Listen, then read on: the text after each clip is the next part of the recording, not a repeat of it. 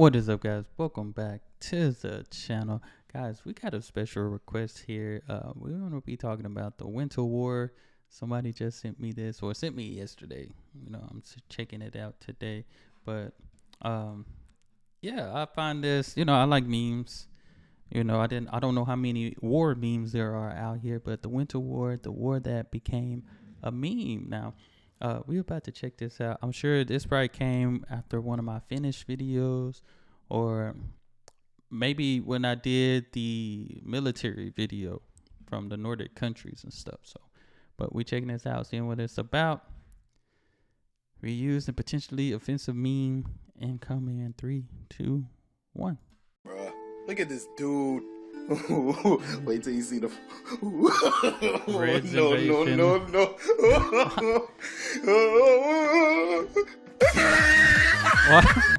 Why they started off with this sound?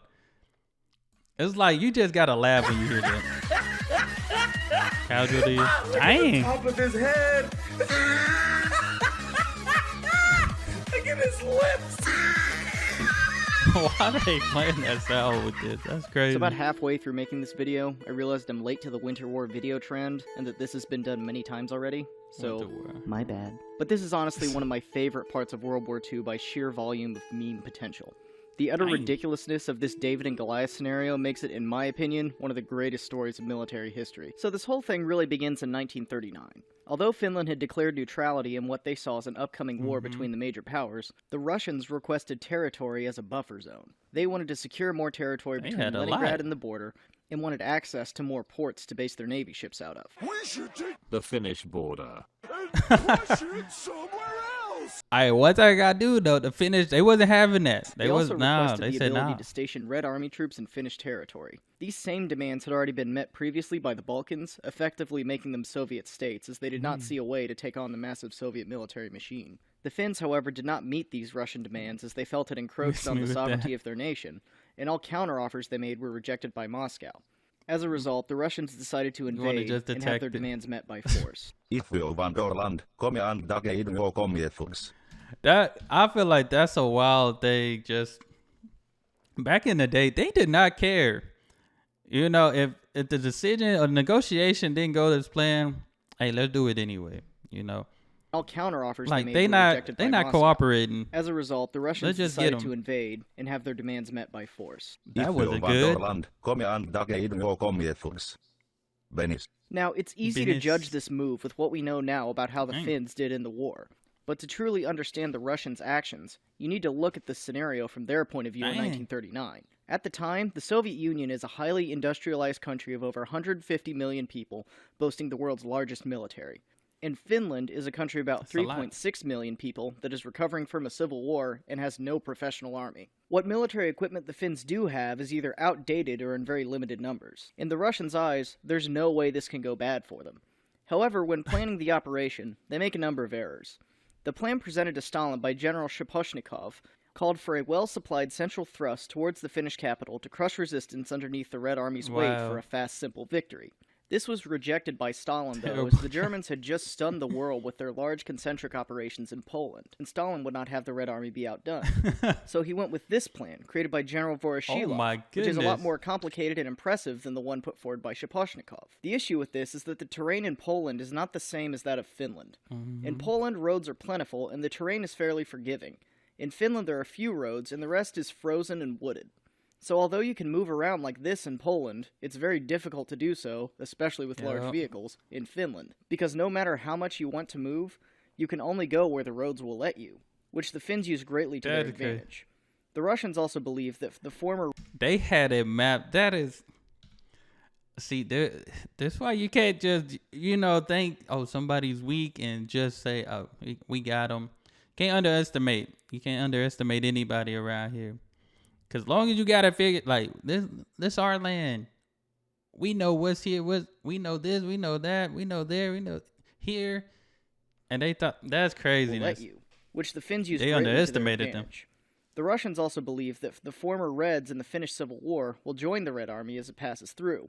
But since the Whites took power, the Finnish economy has done very well, and a sense of patriotism has taken hold in the country, so that being a Finn would trump political ideology when any foreign power invaded. The Russians miss this point entirely in their intelligence of the Finnish political structure. The third mistake they make is a short deadline. Stalin hopes for the whole thing to be won in about 2 weeks and ordered his commanders to plan for this. This, however, indirectly takes away most of the advantage the Soviet Union has in being an industrial power, as if the war goes on for longer than 2 weeks, and spoiler alert, it does, the Soviets have to halt, bring up more supplies, and replan their attack. They thought this was going to be easy work. That's what they thought. 2 weeks? It ain't too many wars in history that you just know that just lasted less than a year, really. The Finns only have about 20 to 25 days worth of ammunition by their estimates at the outbreak of the war. But with the Soviets limiting their supplies so much, planning for just that 2-week window, the Finns begin the war, in effect, having more ammunition than the Soviets do. On November 30th, 1939, Soviet forces invade with 21 divisions, totaling 450,000 men. Much to their shock, though, the attack bogs down very quickly as the Finns begin to put up a stiff resistance with thousands of trained reservists they call up. And this is where we get to the more commonly known parts of the Winter War. The Finns, after getting over initial fears, begin to play heavily to their strengths and to the Russians' reliance on the roads. The Finns relied on what they called moti, or encirclement tactics. The Finns found that the Russians moved in long columns on the roads. So instead of fighting the Russians head-on, they would stop the column at various places, cut off smaller pockets, and then pick off Soviet troops from the forest, or attack quickly on skis or on foot, then slip away. This was typically done by stopping the leading vehicles by knocking them out, or even just by blocking the road with fallen trees or debris. Because the Finns had few anti-tank guns and rifles, the main anti-tank weapon used by the Finnish army was the Molotov cocktail, named after the Soviet foreign minister by the Finns during the war. These encirclements and attacks were made easier to accomplish by the fact that the Russians, with all their loud vehicles and brown uniforms in the snow, made themselves very easy to locate. The Russians, on the other hand, could not hear the Finns approach, as they had to keep their engines running so that they would not freeze in the extreme temperatures. The result was the Finns owned the forest and the Russians feared them, letting the Finns often stop advances at will. Many Russian soldiers caught in the they came in with a horrible plan. Montes were also cut off from supplies, and starvation and ammunition problems began to set in. The Finns, on the other hand, would capture and redistribute weapons and ammunition at a rapid pace to where the Finns had more material at the end of the war than they did at the beginning. The Russians did see quite a bit of success in the north, though, as Finnish troop concentrations were lesser there. The main Finnish defense line was called the Mannerheim Line, named after the leader of the Finnish forces. The Mannerheim Line, unlike many of its contemporaries such as the Maginot Line, was very basic defensive structure, composed of trenches, logs, and rocks with a few concrete structures. In the Finnish terrain, though, this was an extremely effective defensive structure once the Russians were funneled into it. By the end of December, with Soviet troops stretched so thin, Stalin was very unhappy with the results of the attack. He gave Shaposhnikov full control and replaced Voroshilov with Simeon Timoshenko.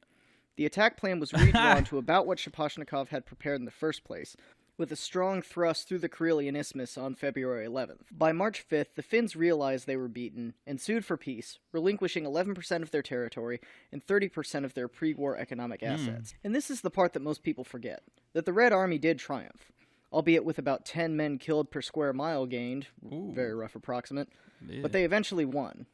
But it was a bitter victory. Ooh, that's kind of small. Yikes. Now, aside from the novelty factor, this war has been somewhat buried in the history books, and many write it off as a waste of time. And it's easy to see why with I can say we don't... I feel like when we talk... I think we talked about this in school, but it was very brief. It wasn't, like, elaborated on too much. But I think this war had a few impacts that do influence later events. First, and probably least important, it sways the Finns to join Hitler when he invades the Soviet Union in 1941. And although they mostly just recapture lost territory from 1940... every Soviet soldier fighting the Finnish invasion is one less fighting the Germans. I believe without the Winter War, the Finns may have stayed out of the war altogether, and it was the hostilities against them that made them feel like they had to take a side. Second, it taught the Soviets I feel like they kind of stuck in between. Firsthand how to fight in the bitter cold, and when the Germans came close to Moscow, some Finnish tactics such as ski troops were used. But lastly, and in my opinion the biggest impact, is the reputation of the Red Army to the German Army. After the purges, then Poland, and now this, the Red Army looks extremely incompetent.